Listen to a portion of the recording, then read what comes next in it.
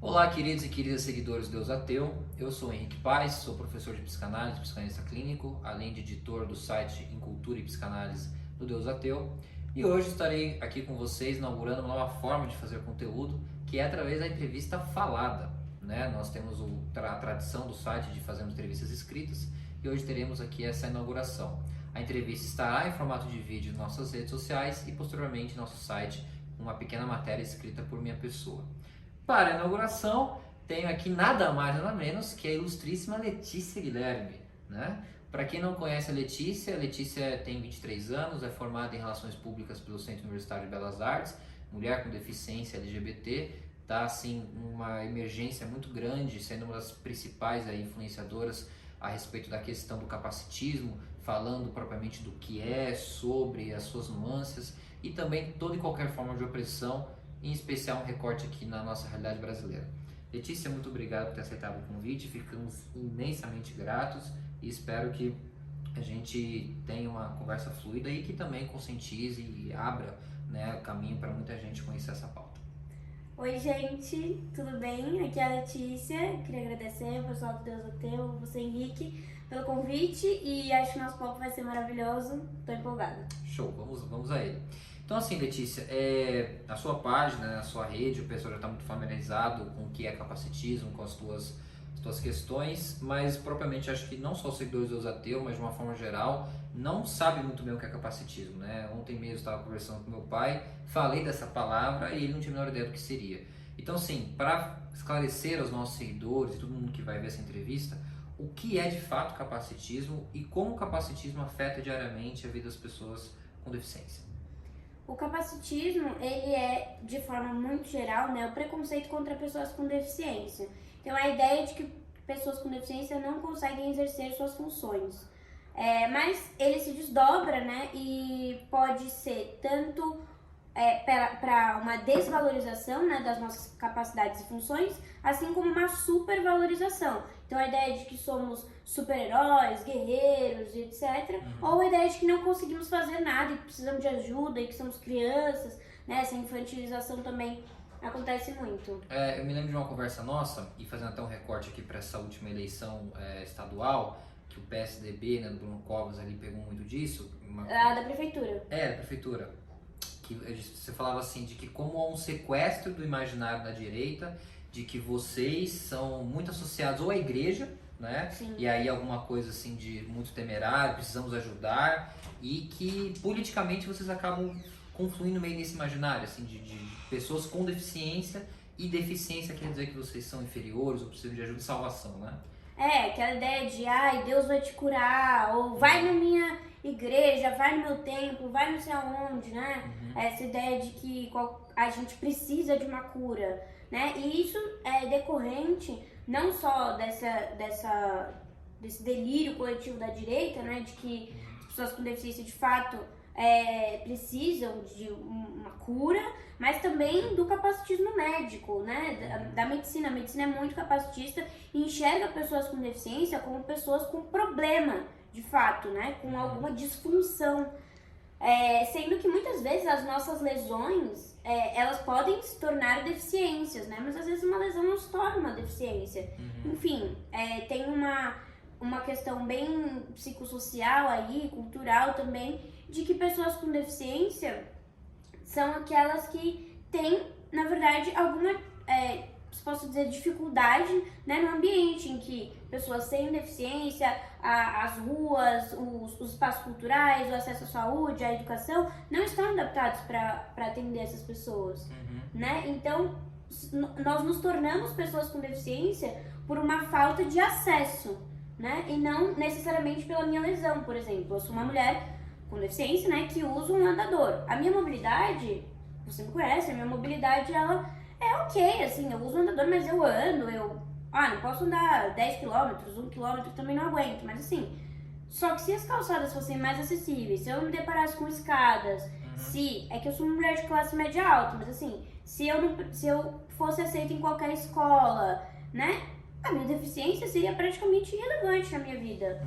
né, mas ela é tão relevante justamente pelo fato de que a sociedade não está preparada para atender, se comunicar, enfim, existir junto com pessoas com deficiência. Fantástico. Fazendo um apego assim, eu sei disso, né? Mas para as pessoas que estão te conhecendo, mesmo com esse recorte de você ser classe média alta, o quanto que na sua experiência pessoal, em shows, na faculdade, em lugares, você não encontrou lugares que tenham essa acessibilidade? A sua escola também, até compartilhar, acho que é uma experiência bem rica. A acessibilidade é direito, né, das pessoas com deficiência. Existe a Lei Brasileira de Inclusão, existe a norma brasileira NBR 9050, que é a norma que regulamenta a acessibilidade no Brasil, mas de fato muitas vezes não é seguido, né? Por exemplo, o transporte público aqui em São Paulo, seja, né, acredito que no estado no geral, mas na cidade de São Paulo, é falho, não é acessível, apenas 50% da frota de ônibus, por exemplo, é acessível, sendo que existe uma lei que regulamenta que 100% das frotas têm que ser acessíveis. Né? Então, de fato, é essa segregação das pessoas com deficiência. E mesmo eu sendo uma mulher branca, de classe média alta, muitas vezes somos segregados, mesmo tendo dinheiro, né? Eu sempre falo isso, que o dinheiro não compra acessibilidade. E por que que ele não compra? Né? Ele não compra porque as pessoas não estão preparadas para existir junto com pessoas com deficiência, como eu disse antes. Então, assim, eu tô no shopping, sou sempre olhada, né? Aquele olhar de julgamento, tipo, coitada, ela usa um andador, ou coitada, está na cadeira de rodas, ou, né, no meu caso, na minha deficiência específica, né? Porque as deficiências são muito heterogêneas. Então, a minha deficiência é uma deficiência física, mas existe deficiências visuais, enfim, auditivas e etc., demandam outras adaptações, enfim, e aí eu nem posso falar por todas as deficiências, mas me colocando como uma pessoa com deficiência física, que é o que de fato sou, tem essas questões, né, de, por exemplo, eu não tenho acesso a espaços em que eu tenho dinheiro para estar lá, mas eu não consigo estar lá porque ele é inacessível. É interessante porque, assim, para quem gosta da ciência política e tudo tal, você vê que sempre tem os slogans, né? Não existe democracia sem fome, não existe democracia com crianças na rua. Eu nunca vi ou desconheço algum cientista político falar assim, não existe democracia, que eu fui aprender isso no universo capacitista, sem acessibilidade. Eu nunca tinha ouvido essa expressão. E que, de fato, é algo que fere um princípio democrático, né? Sim, com certeza. De ir e vir e tudo mais. Né? Exatamente. E eu sempre falo isso, a cientista política sou eu, então, né? Fique à vontade, né, aqui, né? Tô brincando. Mas eu sempre falo isso, né? Não há possibilidade de existir uma democracia plena num estado que não é acessível, né? E estado, digo, é instituição, né? Sim, claro. Que não promove a acessibilidade. E não tô dizendo nem só para pessoas com deficiência, né? Acesso para todas as pessoas, né? Acesso para pessoas periféricas, acesso para pessoas gordas, acesso para pessoas LGBTs com deficiência, pretas, enfim, indígenas. Se não existe acesso a essas pessoas, a saúde, a cultura, a educação, espaços mesmo de locomoção, ou né? qualquer espaço físico, né, que seja, não existe democracia, né? Agora, inclusive nas eleições municipais, quantos casos de pessoas com deficiência que não conseguiram votar, de fato, porque as sessões, né, eleitorais são inacessíveis. Mesmo a pessoa tendo uma deficiência e no título de eleitor dela estar, porque ela é uma pessoa com deficiência, os espaços são inacessíveis. Né? E aí, como é que eu exerço meu papel de cidadão, né? Se o espaço... E aí como que se resolve essa questão? Fica tranquilo. Não vota, justifica. Mas a gente não quer isso, né? A gente quer de fato exercer nosso papel. A gente, eu digo, as pessoas que eu conheci, né, com deficiência que passaram por esse processo, queriam de fato votar. Claro, e eleger, né? Sim, alguém que de fato nos represente, enfim. E aí... Não, né? Justifica, não tem problema, é só um voto. Como assim? Né? Então são muitas questões realmente que permeiam, né, a vida de pessoas com deficiência, sejam elas as questões arquitetônicas, sejam as questões do Estado, enfim, democracia mesmo, política, geral, né? política. Legal, a gente passou aqui por questões arquitetônicas, medicinais, políticas, sociais.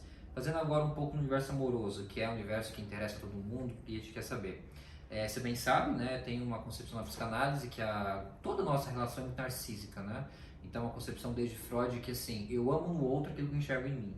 Então, é normal, é comum nós vermos casais, sejam eles em qual espécie for, até mesmo de amizade, se aproximar pela semelhança. E eu te pergunto, é visível, né, em muitos dos casos, ou até mesmo audível, não importa, que as pessoas com deficiência têm uma diferença em relação a pessoas sem deficiência. Como que se situa o universo afetivo amoroso entre pessoas com deficiência e sem deficiência? É algo na sua experiência, na experiência dos seus pares? Costuma acontecer? Não costuma? Tem um preconceito entre? Como que é? A maior parte dos casais que eu conheço, uma das pessoas tem deficiência, não as duas, né, no caso. Então, é curioso isso, né? É um pouco ao contrário do que o Freud dizia, né? Geralmente, esses casais, uma das pessoas só tem deficiência, mas também conheço casais em que as duas pessoas têm deficiência, enfim. Mas é muito curioso essa questão da fetichização, né? O triunfo, né? Exato, porque a pessoa com deficiência passa a... Se esse companheiro, enfim, essa companheira tem um olhar capacitista, vai enxergar a pessoa com deficiência como um triunfo, né? Como tipo, olha como eu cuido dessa pessoa, Perfeito. olha como eu sou bom, né? Aquela ideia de bondade. Do herói, né? Sim, tipo, olha, eu me desprendi dos meus ideais de vida perfeita para me relacionar com uma pessoa com deficiência. Como se uma pessoa com deficiência não pudesse viver uma vida legal, enfim, e ter um relacionamento bacana, né? Então, e o capacitismo também, né, permeia as nossas relações amorosas com certeza, sem sombra de dúvidas. Principalmente no caso com casais em que uma das pessoas não tem deficiência. Porque é aquilo, sempre vai existir uma estrutura que oprime pessoas com deficiência perante pessoas sem deficiência, né? Então, o capacitismo, eu esqueci de falar no começo, mas é um preconceito estrutural, né? É uma questão estrutural da sociedade. Então, assim como o racismo é estrutural, a LGBTfobia é estrutural e etc., o capacitismo também é.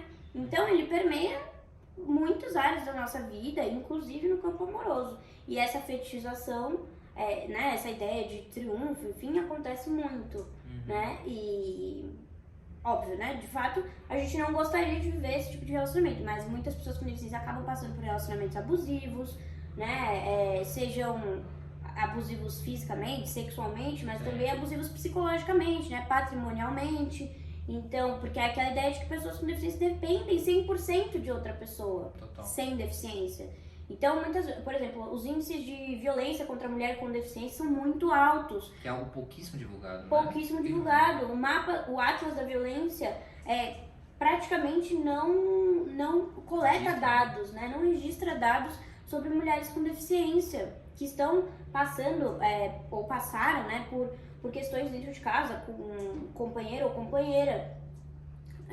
Então, é muito curioso isso, porque não se tem nenhum tipo de visibilidade para esse caso, sendo que acontece muito e é muito frequente, além do fato de que as mulheres com deficiência, no caso, né, nesse recorte específico, não conseguem denunciar, porque se elas têm alguma deficiência, por exemplo, elas têm dificuldade para sair de casa, ou se a deficiência tem alguma questão com a comunicação e etc., como que ela vai entrar em contato com a polícia para fazer uma denúncia?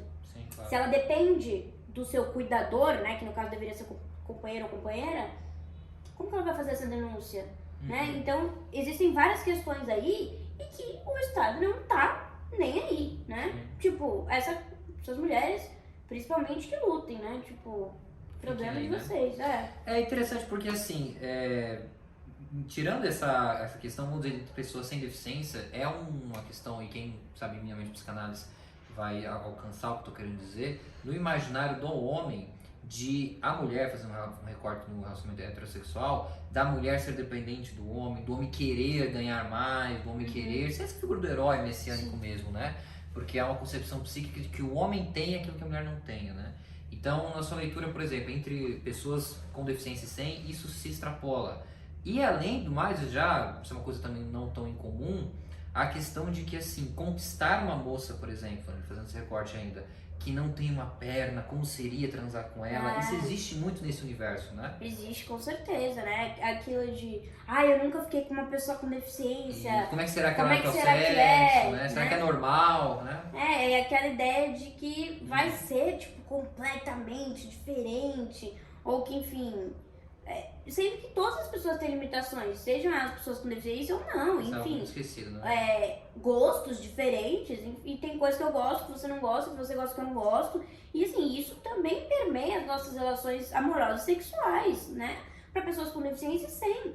Mas as pessoas esquecem disso. É um exagero, né? E é aquela, né, aquela coisa que parece, meu Deus, eu vou conquistar uma pessoa com deficiência e vai ser uma experiência completamente diferente de tudo que eu já vivi na minha vida. Ou aquelas piadas de ser um trabalho voluntário, né? Vou fazer um trabalho social aqui, né? Pra ficar...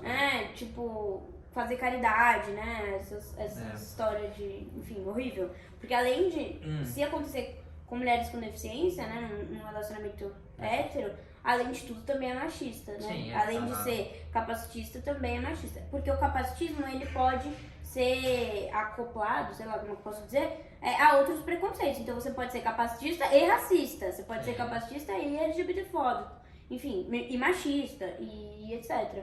E isso realmente, no meu caso, o machismo afeta diretamente a minha vida, assim como o capacitismo, assim como a LGBTfobia. Agora, o pessoal que deve estar nos ouvindo, vou fazer essa pergunta que muito provavelmente deve ser uma dúvida, de assim, um dos grandes slogans, uma das grandes pautas do nosso tempo é a da diversidade. A inclusão, a diversidade.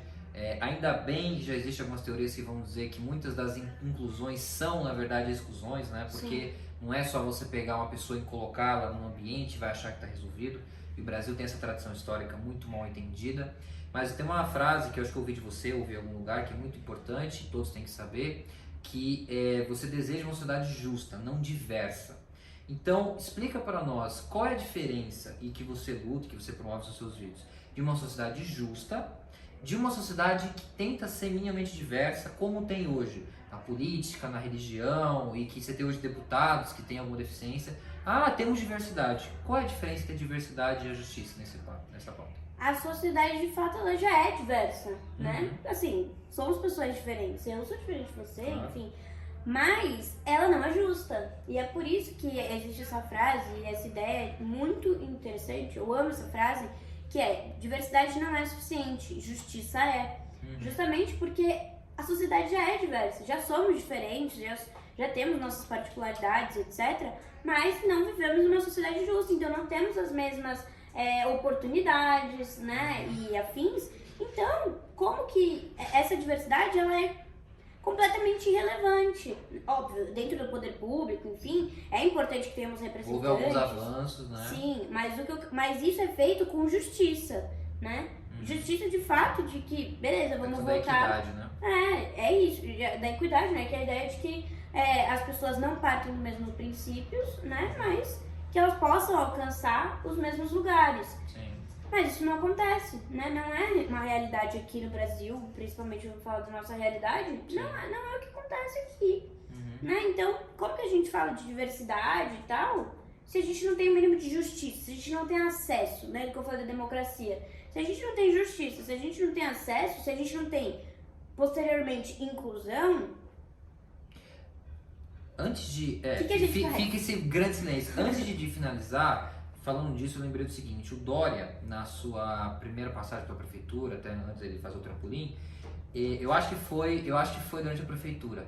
Tem uma cena dele muito icônica em algum lugar aqui da região de São Paulo, que ele se coloca numa cadeira de rodas e acho que ele anda por uma calçada que tem pedregulho e tudo mais. Pra fazer aquele, né, estilo doriano de político, de mostrar que se importa e tal. O quanto que essa estigmatização contribui para o capacitismo dele, de um homem plenamente, né, sem deficiência, sentar por um minuto, fazer lá e mostrar... a heterossexual que tá no poder, né? Fora todos esses recortes, mas assim, e ficar por um minuto lá e sentir na pele o que passa uma pessoa com deficiência e vender isso. Como que capta esse imaginário? Não, de fato é péssimo, né? Horrível, porque só perpetua essa ideia. Primeiro, a ideia de que pessoas com deficiência só são cadeirantes. Também tem Né? isso. Já começa errado aí. Segundo, essa ideia de que, nossa, como pessoas com deficiência sofrem, né? Tipo, eu não consigo ser, eu nunca serei uma pessoa preta, por exemplo, né? Eu não tenho como me falar, vou me colocar no seu lugar, eu vou me pintar fazer um blackface aqui e vou passar um dia na rua pra saber como é. Tipo assim, Isso não faz sentido algum. Então, por que faz sentido com pessoas com deficiência? Essa comparação, ela é, obviamente, bem, né, básica, mas é só pra vocês entenderem que essa empatia, ela não existe, né? E ela não existe justamente porque se a pessoa viveu a vida inteira sem deficiência, nasceu, cresceu e morreu sem deficiência, ela nunca vai saber o que é ser uma pessoa com deficiência. Então, não tem como, né? Se ele sentar na cadeira de rodas e ficar ali fazendo uma fila 5 minutos, 1 minuto que seja, só pra tirar uma foto, é completamente irrelevante. Aquilo não trouxe nenhum benefício pro governo dele, porque fez nada, para pessoas com deficiência específico. E, assim, é só pra galera ver mesmo. Espetáculo, assim. Né? A ideia de que, nossa, esse espetáculo... É um simulacro, né? Exato. Então, e como eu disse, né, só contribui e reforça essas estruturas que são capacitistas. De fato, ele deveria olhar uma rua e falar, beleza, essa calçada aqui é inacessível, esse asfalto tá horrível, então eu vou fazer um projeto de acessibilidade em São Paulo, vou cobrar as instituições, sejam elas públicas, privadas, frota de ônibus, metrô, todo mundo, vou cobrar tudo para que esses espaços sejam acessíveis, escolas para que elas sejam inclusivas, para que as mulheres e homens com deficiência tenham acesso à saúde. Não. Então, para que serviu isso? Para inglês ver? Nem pra isso, né? Porque com certeza esse papo não chegou lá. Mas assim, completamente irrelevante. E como eu disse, só perpetua essas estruturas.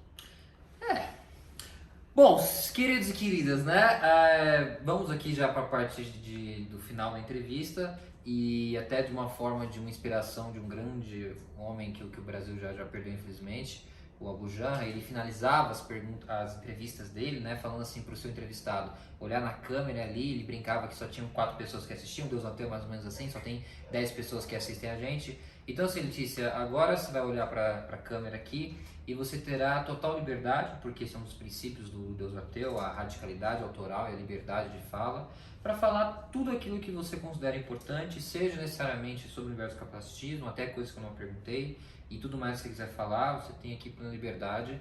Nós temos o fetiche de querer te ouvir. Eu amo. Primeiro, gente, queria agradecer, enfim, vocês todos que assistiram e tal, que esse é o meu momento, então... Tá bom, tá? Passa aí o, né? Mas, de fato, eu gostaria que pessoas sem deficiência, principalmente, né, tivessem mais acesso à história do capacitismo, que de fato como ele influencia a vida de pessoas com deficiência, né? E que pessoas sem deficiência aprendam, por exemplo, que o termo correto é pessoa com deficiência. Né? Não é portador de deficiência, não é pessoa com necessidades especiais, né? Não é deficiente, não é nada disso. É pessoa com deficiência. Esse é o adjetivo correto, o nome correto para pessoas com deficiência, instituído pela ONU e regulamentado aqui no Brasil. Então é esse o nome que a gente deve usar para se tratar de pessoas com deficiência. No caso, você pode falar uma mulher com deficiência, um homem com deficiência, enfim. Mas, além disso, né, e de que a ideia é de que as pessoas sem deficiência possam, de fato, apoiar a nossa causa e não tem aquele papo de dar voz, né? E eu não quero que ninguém me dê voz, porque eu já tenho voz.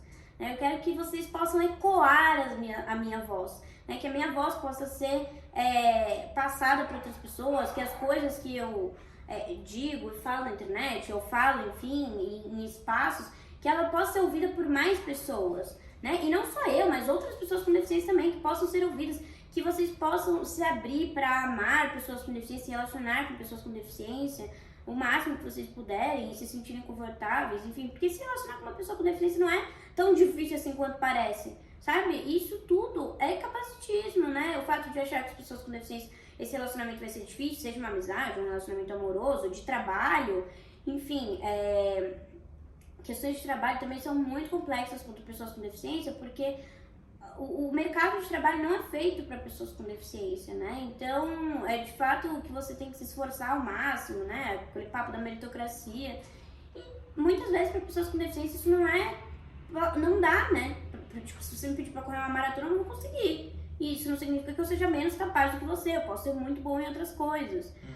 Enfim, eu acho que essas questões são bem importantes, então, de fato, ecoem nossas vozes, né? Tentem repassar o conhecimento que vocês aprenderam sobre pessoas com deficiência. Não roubem as nossas pautas, né? Por exemplo, falem delas sem ter uma pessoa com deficiência. Se você tiver um espaço em que não tem nenhuma pessoa com deficiência e você está vendo um espaço inacessível, claro que você deve se pronunciar, né? Mas se tiver outra pessoa com deficiência, deixe que ela fale, deixe que ela se pronuncie. Não assuma que pessoas com deficiência precisam de ajuda ou precisam ser curadas de alguma coisa. Pessoas com deficiência, se elas precisarem de ajuda, elas vão falar: oi, você pode me ajudar, por favor? E é isso, sabe? Não assuma que a pessoa com deficiência sempre vai precisar de ajuda ou que ela não consegue fazer alguma coisa. Porque isso não é a verdade, né? Muitas pessoas com deficiência conseguem fazer muitas coisas, inclusive eu, por exemplo. Então, acho que é mais ou menos isso. Se abram para se relacionar com pessoas com deficiência no geral, né? Estejam dispostos a amar e conviver com pessoas com deficiência, ouvir com certeza, muito importante. Ecoar nossas vozes, enfim, compartilhar conteúdo de pessoas com deficiência. E não só sobre deficiência, né? Mas tipo, olha essa pessoa com deficiência aqui existindo e fazendo algo legal e trabalhando mas não qualquer ideia. E sem dizer assim, olha só por ela ser deficiente. É isso. É tipo, olha que legal essa pessoa trabalhando. E não, olha que legal essa pessoa trabalhando por ela ser uma pessoa com deficiência, né? É só uma das milhões de características que eu tenho. Eu sou loira, eu tenho cabelo cacheado, eu sou tenho 300 mil características e a minha deficiência é só uma delas. Assim como para outras pessoas também. Então, se puderem, convidem pessoas com deficiência para fazerem coisas que não sejam ligadas especificamente à deficiência, mas que de fato elas saibam falar sobre. Então, por exemplo, eu sou formada em relações públicas, eu sei falar sobre comunicação, eu sei falar sobre relações públicas. Então, não é só para cumprir cota, sabe? Aquele papo de que, vou botar uma pessoa com deficiência ali que não tem nada a ver com o assunto, mas só para cumprir uma cota. Não é isso, de fato valorize, né, o trabalho das pessoas com deficiência, enfim, as suas existências, as suas vivências e acho que de fato é isso, assim, no geral. De novo agradecer você, Nick, ao Deus Ateu, por terem me convidado e eu tô muito feliz com essa entrevista, acho que foi muito massa, espero que tenhamos trazido reflexões importantes, enfim, interessantes para vocês. O que é a vida, hein, né, uma entrevista de muitos silêncios. Só para finalizar, eu acho que eu te falei essa semana, né? Mas para os leitores aqui, mera curiosidade, eu conheço a Letícia já há uns 4, 5 anos, né? Nós nos formamos juntos praticamente. E eu tenho um vídeo da senhorita Letícia Guilherme foi em 2016. Nós estávamos comendo um japonês perto da Belas Artes e aí ela queria abrir um canal, queria já fazer os conteúdos dela, sempre foi muito espontânea, aquela coisa toda. Só que ela não fazia. E eu gravei um vídeo dela que era como se fosse a primeira abertura do canal dela, fictício. Eu vou encontrar, vai estar disponível nas redes. Mas você vê, foi uma coisa de uma brincadeira que morreu ali e depois de 4 anos cá está essa moça maravilhosa aí fazendo esse conteúdo para nós. Pessoal, muito obrigado. Ficamos extremamente lisonjeados e felizes, Letícia, por ter aceitado o nosso convite. Saiba que Deus Ateu o espaço, né, completamente acessível. Espero que essa matéria tome a proporção e a importância que ela tem e que você que está ouvindo, que nunca ouviu falar ou que já ouviu falar, siga o que a Letícia falou de ecoar a voz, de compartilhar e de também ter uma escuta sensível, emprestar sua atenção para isso, para que a gente tenha aí uma linearidade de pensamento para alguma coisa mais justa e mais interessante para todos. Muito obrigado, compartilhem, comentem, curtem, né? Põem stories, essas coisas todas. Siga o Deus Ateu, siga a Letícia Guilherme nas redes sociais e até a próxima, meus queridos. Obrigada, Tchau, tchau.